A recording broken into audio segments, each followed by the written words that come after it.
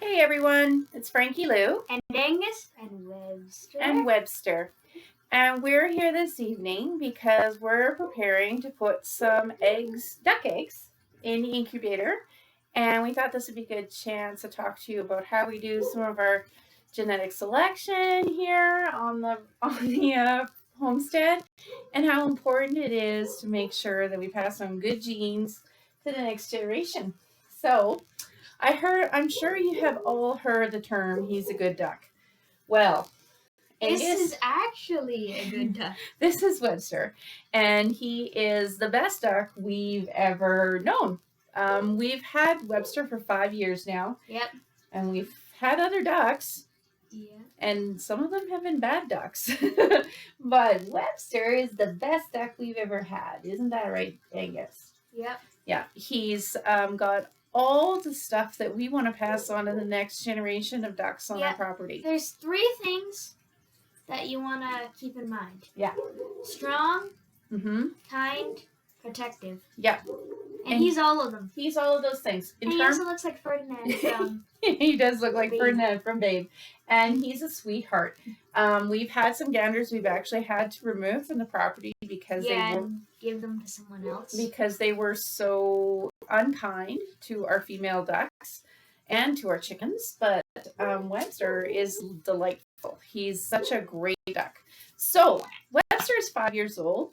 And in duck years, he's getting middle-aged. So we thought we better make sure that we're doing some succession planning for the next generation. We want to make sure that our future ganders are just as great as Webster. Yeah. So when you're incubating eggs, make sure that the eggs are fertilized, because only fertilized eggs will hatch. True.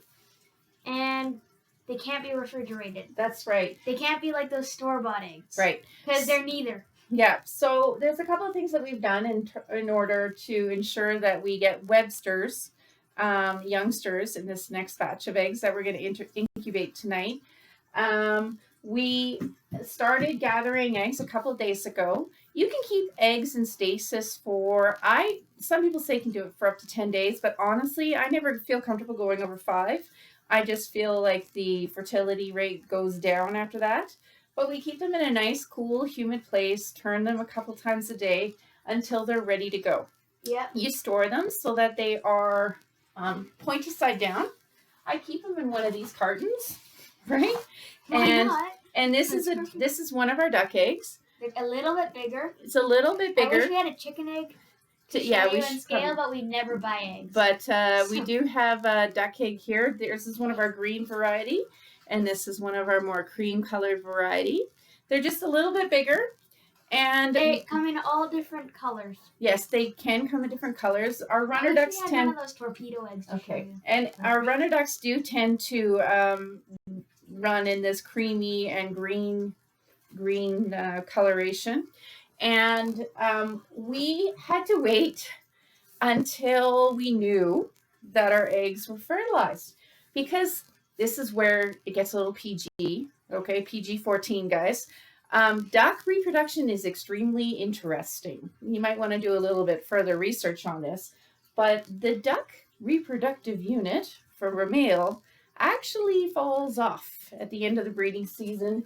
And I know, it's quite horrifying for you, isn't it? And it grows back every spring. And so I had to make sure that these eggs were fertilized, and I had to wait until I knew that Webster's reproductive unit had grown back. I know you guys think I'm talking science fiction right now, but this actually happens, okay? And it's interesting.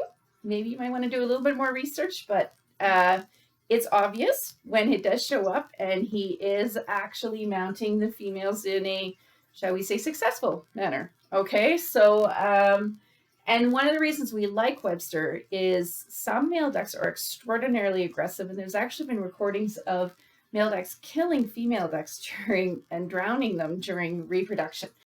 Webster would never do such a thing. He is lovely. He takes care of all of his girls, and that is one of the reasons why we want to make sure we get this gander's genes. Okay? So, we have our eggs. Yes. And we have our incubator. Yep. Now, the incubator has to be set up so that it's a little bit warmer. well, not, no, it's the same temperature as chicken eggs, but a little bit more humid. So we plug up one of the humidity holes here. And then for the last 3 days, we actually have to really up the humidity. So we plug both of them? Yeah. And then those little ones. Yeah, and we have an egg turner in there so that it does. Yeah, move. and you have to turn them manually on the last 3 days so the legs don't get caught in between the things. Yeah, and you also have to increase the humidity so that the ducklings don't get caught on the shell. So we're going to place these lovely eggs here in the incubator. We have been collecting eggs for 3 days. We have 2 days. We have 7 eggs here, and tomorrow morning after I go and let the ladies out of the coop, I'll probably put another 2 or 3 eggs in as well, hopefully having up to 10 eggs in there. Angus was making bets about, how many ganders are we going to get, how many females, and I'm like, we don't want to count our ducks before they hatch. So, and the other thing about duck eggs is they do take 28 days to 30 days. A little bit longer than chickens. And another thing that we're doing, it is, here, let me hold them for a bit. Okay, we are waiting until the last part of May here to put our duck eggs in the incubator.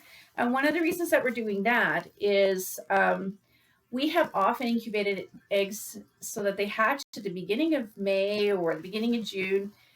And ducks are messy. We love them, but honestly, having ducklings in your house is a so disaster. Messy. That's why we have a towel down, a little behind the scenes. Yeah. You don't see it because the camera angle. Yeah. So we're what we're doing now this time, we've learned a few lessons over the years, and we're not going to incubate these. We're incubating these eggs so that when these ducklings are born, they'll be May able. 23rd right now. Yeah. They'll be able to go outside very soon. Just keep them away from the other ducks because at the start, yeah, but you have to get them used to them. They have to get used to each other. We have sort of but we'll show you all this, and if you're interested in seeing how we transition the new babies into and seeing the ducks when they're born, please do subscribe to our channel because we'll definitely be posting about these guys as they become future video as they become more active. And so we're gonna put these babies into the incubator now, let them incubate for about 28 days, and then we'll have some ducklings. And I will become a duckling mom for a couple of weeks. Now the thing about ducklings is really cool is they grow much faster than chicks. Yeah. Besides broiler chickens. Yeah, they're as fast growing as broiler chickens. So really? Yeah, so it's I won't have to worry about them being inside for too long, and then they'll get to go out and meet their dad and their moms. So did you want to put the eggs in, or did you want me to do it? I'll hold the duck while you. Okay, so be gentle with our boy here. He's a little agitated because he takes his job as being the protector of his. You probably should have brought over the independent girl. The flocks very, very seriously. And if he's not with his ladies, he gets totally stressed out. Yep, and also he's never seen the inside of my bedroom before. Yeah. So, but I'm probably gonna stay up all night just watching. But as you can see, he's actually a great duck. This duck has gone to school events. He's a in kindergarten when he first hatched. We put him in a Rubbermaid bin with holes poking in it. Yeah. And if you are thinking about ducks, we have 2 breeds. We've had lots of breeds over the year, and the 2 breeds that we've had the most success for and we love the most. This is an Indian runner duck. He looks scrawny and skinny, and boy, they can run when they want to. Excellent egg layers, pretty cold hardy, and fabulous personalities. The other ones that I had Muscovies when I was younger. They're also awesome. They're also awesome, and they're also can be cold hardy. So those are the 2 ducks breeds that we would recommend. Yep.